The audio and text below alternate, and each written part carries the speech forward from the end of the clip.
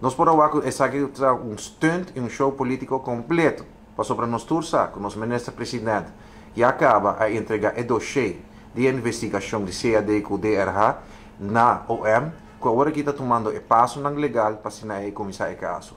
Pensei, de uma atuação de pânico, de desesperação política, nós estávamos com a AVP, Tamanda, Dowers e Mike de Mesa, cambia a história constantemente, de lo qual a suceder realmente no processo aqui, para assim trata de apropriar su mês de lo qual está sucedendo. Pero, just para recapitular, me que dices aqui, foi de começamento, ora que carta oficial chega, na ministra-presidente, ela manda se a DRH vai investigar, rapport na hora trabalhar, decisão na hora tomar, se empresário a tomar seu retiro, senhor ministro-presidente, a dura diferentes ruedas de prensa, informação ao povo, em diferentes ocasiões, ela vem no parlamento dando informação, e último, ela vem com CAD e DRH, e o rapport, e assim mostra com toda claridade e transparência que cultura toma lugar.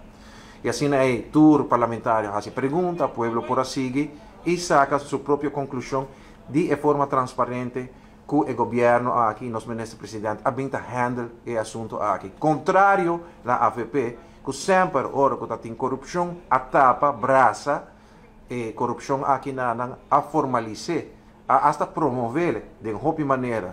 Por exemplo, no caso IBIS, onde não há introduzir uma lei para seguir paga o ex-ministro, mientras que será. E assim aí também promover o político que está dentro, vota para assim aí por sacar seu mês. Onde com nenhum momento, hora que nós temos governo, não há disclose, não há nenhuma transparência, nenhuma informação de lo qual está sucedendo, e nós podemos. Para que nós está sendo tudo isso aqui, para sobre não está desesperar. Passou o veredicto, o caso IBIS, também toma lugar 7 de fevereiro, o veredicto de Cassaci, onde o advogado general já a do nosso conselho na questão de Cassaci, onde avisa que não vai desviar de veredicto que não tem nada de parte de acusado que por move o veredicto aqui está normal que Cassaci, a questão de Cassaci está toma o conselho de advogado general. Também não sabe que proximamente caso Avestruz também lo conhece um veredicto que me lo qual está janeiro e fevereiro, está sumamente interessante. Tem caso de partido AVP de uma loucura, de uma desesperação, de um dolor imenso.